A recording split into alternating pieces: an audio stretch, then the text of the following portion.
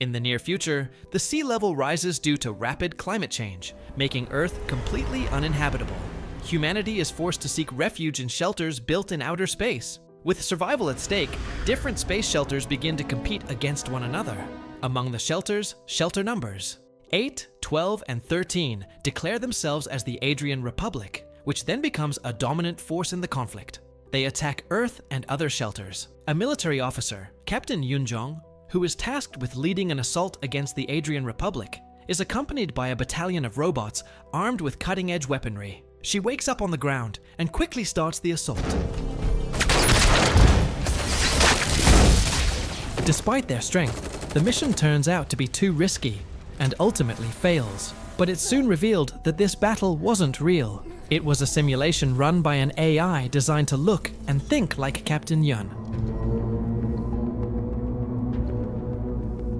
The real Captain Yun has been in a coma for decades. However, due to her remarkable skills and tactical mind, scientists decide to use her brain to develop a new generation of AI. The scientists work in a specialized lab called Pronoid, focused on building artificial intelligence robots to be used as biological weapons. One of their main projects is an AI named Jung, inspired by Captain Yun's surname. The scientists wonder why their mission keeps failing and are trying to figure out how they can fix it. The leader of this project is Captain Yun's daughter, Dr. Yoon Seo-hyun. Her personal motivation is deeply emotional. She hopes to one day revive her mother. Seo-hyun presents the project to officials, hoping to gain continued support despite the slow progress.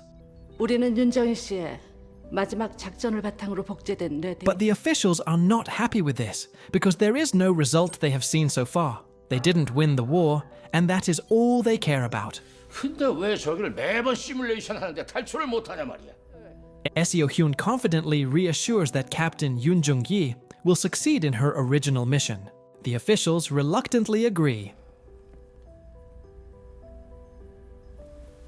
After the meeting, she and her team run more tests on the AI robot based on Captain Yun. Outside the simulation environment, the robot is capable of experiencing pain like a human, though Seo-hyun can control these sensations using her advanced tech. Despite running 17 different trials, they still haven't succeeded in finding the right method to fully manage and stabilize the robot's behavior. Once again, they failed, and the brain is extracted from the robot so that it can be destroyed.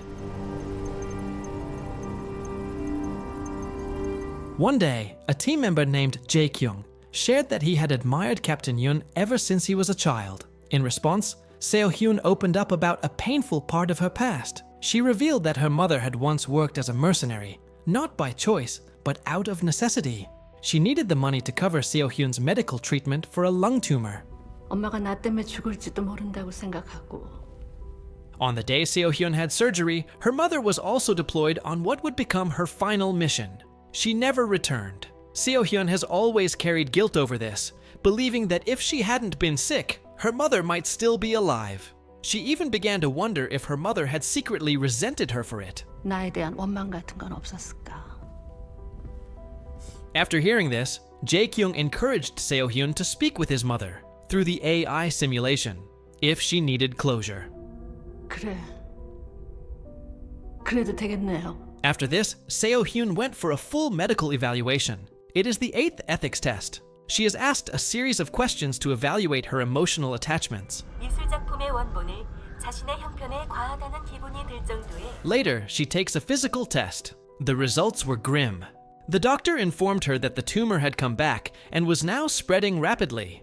폐 부분을 넘어서서 지금 장기 전체에 퍼져 있습니다. Seo-hyun knew this would happen eventually and admitted she might have preferred not to have survived the first time. 어릴 때 수술은 괜히 받았네요. 예? She asks how much time she has now. She had only about 3 months left to live. The doctor then brought up an alternative: brain replication. Seo-hyun could transfer her consciousness into a prosthetic body, allowing her to continue living as a machine. 저희가 제안 드릴 수 있는 건 지금이라도 뇌 복제를 받으시고. There were 3 options for this process. Type A, which granted full human rights to the prosthetic host but came at a high cost. Type B, which allowed limited rights. and Type C, a free option that gave full control of the brain to the company, meaning they could use it however they wanted. 비슷한 클론들을 무수히 만들어내기 때문에 This final type was exactly what had been done to Captain Yun, whose mind had been repurposed for research and military development. To Seo-hyun's surprise, the doctor who had been explaining all this wasn't actually human, but a robot running on a replicated doctor's brain. Seo-hyun tells him she will think about it and leaves. In a flashback, Seo-hyun is shown as her grandmother signs the agreement to give her daughter's brain for military experiments. Before heading home, Seo-hyun made time to visit her mother's aging body, which was now visibly deteriorating. The next day, the team resumed the Captain Yun simulation experiment. This time, it was closely observed by Sang-hoon, the head of the research institute, who had grown frustrated with how every test seemed to follow the same pattern. To force a change in behavior, he decided to take a bold step. He shot the robot version of Captain Yun in the leg, right at the start of the simulation. When the robot wakes up, she feels immense pain because of the injury. Surprisingly, this action triggered activity in a previously dormant area of the robot's brain. For the first time, the simulation produced a different outcome, which meant their efforts might finally be making progress. Sang-hoon saw this as a breakthrough.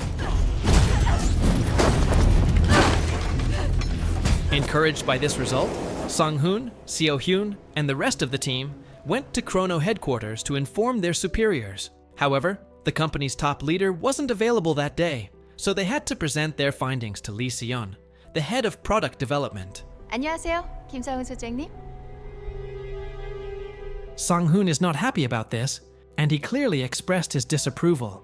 After the meeting, the team started going back to their lab. Everyone is feeling down because Lee Se-yeon delivered disappointing news. Chrono was planning to restrict all biological weapon development. This meant the Captain Yun project was at risk of being shut down entirely. 이제 와서 무기 개발을 축소한다고? When they get back to their lab, they are told the chairman is waiting for them. There, Seo-hyun learned a surprising truth. Sang-hoon was not fully human. Seo-hyun asks what brings him there, as they were not expecting him. In their meeting, the chairman explained the company's future direction. Since the war was nearing its end, Chrono planned to end all weapon-related projects. Instead, they would shift focus to building domestic-use robots, machines that could help with household tasks. 우리 윤정희 팀장은 싸움박질 하는 거 말고. The chairman then starts telling her about Sang-hoon. He is actually a robot, built by the company using a copy of the leader's own brain. The chairman wanted to create something that could live forever. Sang-hoon was his first robot. 그래, 제일 처음 만든 로봇이 바로 우리 상훈이잖아. He was essentially an extension of the leader, created to carry out tasks with high-level autonomy, but still under full control. Despite this change, the leader asked Seo-hyun to wrap up the Captain Yun project quickly. 너 이번 프로젝트 마무리되면 가정용 안드로이드 AI 쪽으로 전환해. After the conversation, the chairman switched Sang-hoon back again. Sang-hoon then goes back to being the funny guy he always is. Frustrated by the decision, Sang-hoon became desperate to make progress. He started pushing the experiments even further, going so far as to physically alter the robot's body in hopes of provoking new reactions, just like the earlier simulation. He orders the arm of the robot to be cut off. When it doesn't work, he himself starts shooting at it.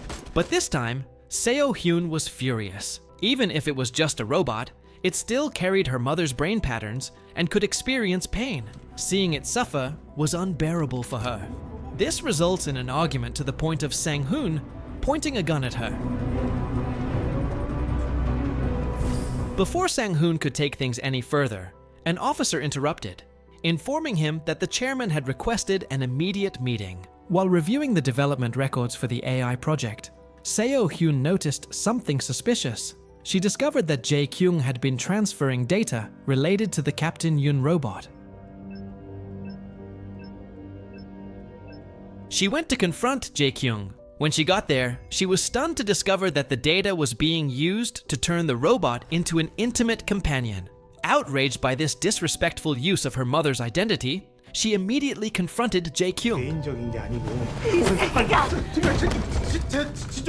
Jae-kyung defended himself, explaining that he was simply following orders from higher up. Since the robot had been classified as a Type C model, the company had full rights to repurpose it in any way they saw fit. Technically, nothing illegal had been done, but that didn't ease Seo-hyun's anger or frustration. Determined to protect her mother's legacy and dignity, Seo-hyun decided to act quickly. She activated the Captain Yoon robot and began speaking to it directly. 정희 팀장, 정신이 듭니까? As their conversation deepened, they reached a part of the robot's brain that had never been triggered before. It became clear this area was linked to memories of Captain Yoon's child, Seo-hyun herself. 우리 딸이 수술을 했는데 The AI, embodying Captain Yoon, suddenly asked about the outcome of her daughter's surgery, showing concern and emotion. Moved and overwhelmed, Seo-hyun tearfully assured her that the operation had been a success. Captain Yoon then revealed something heartbreaking. She believed her final mission had failed because she had lost the doll her daughter gave her. That doll had meant the world to her, and not being able to protect it haunted her deeply. 내가 소원까지 빌어놨거든. 와. That moment shattered the emotional walls Seo-hyun had built for years. She broke down in tears, overwhelmed by the guilt and grief she had been carrying. Reinvigorated by that emotional breakthrough, she made a promise to save her mother, no matter the cost. In the next simulation, Seo-hyun tells the robot what is going to happen to her, instructing her on how to escape the facility.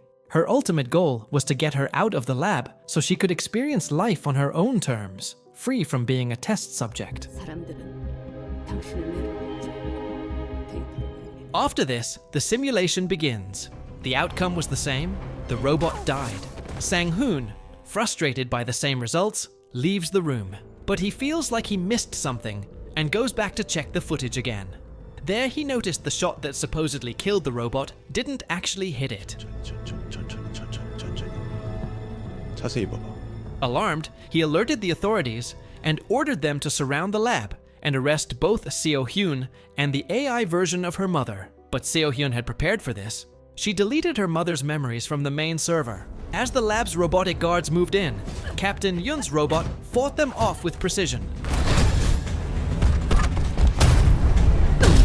As the robot guard overpowers her, Seo-hyun comes to the rescue, attacking it from behind. She then carries out the next part of her plan. She secretly transferred her mother's consciousness into the body of one of the robot guards and left with it. Just as the two of them boarded a train meant to take them far from the lab, they blended in unnoticed, her mother now hidden in plain sight within a machine built for combat.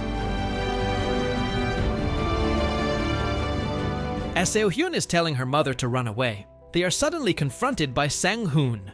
Without hesitation, Sang-hoon shot Seo-hyun, triggering a fierce confrontation between him and Captain Yoon's robot. During the struggle, Captain Yoon managed to damage one of Sang-hoon's eyes, but the fight didn't end there.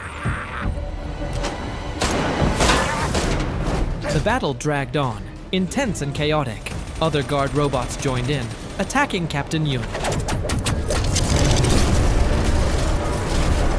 But eventually, Seo-hyun and her mother managed to overpower both the officers and Sang-hoon. Realizing the danger wasn't over, Seo-hyun urged his mother to flee while she still had the chance. She wanted her to live a peaceful life beyond the lab, free from control and fear. 곧 경찰들이 올 거예요. 빨리 도망쳐요. As for her, she chose to stay behind, knowing that with her worsening condition, she didn't have much time left anyway. They shared a final embrace. Seo-hyun remained behind as her mother disappeared into the distance, finally free.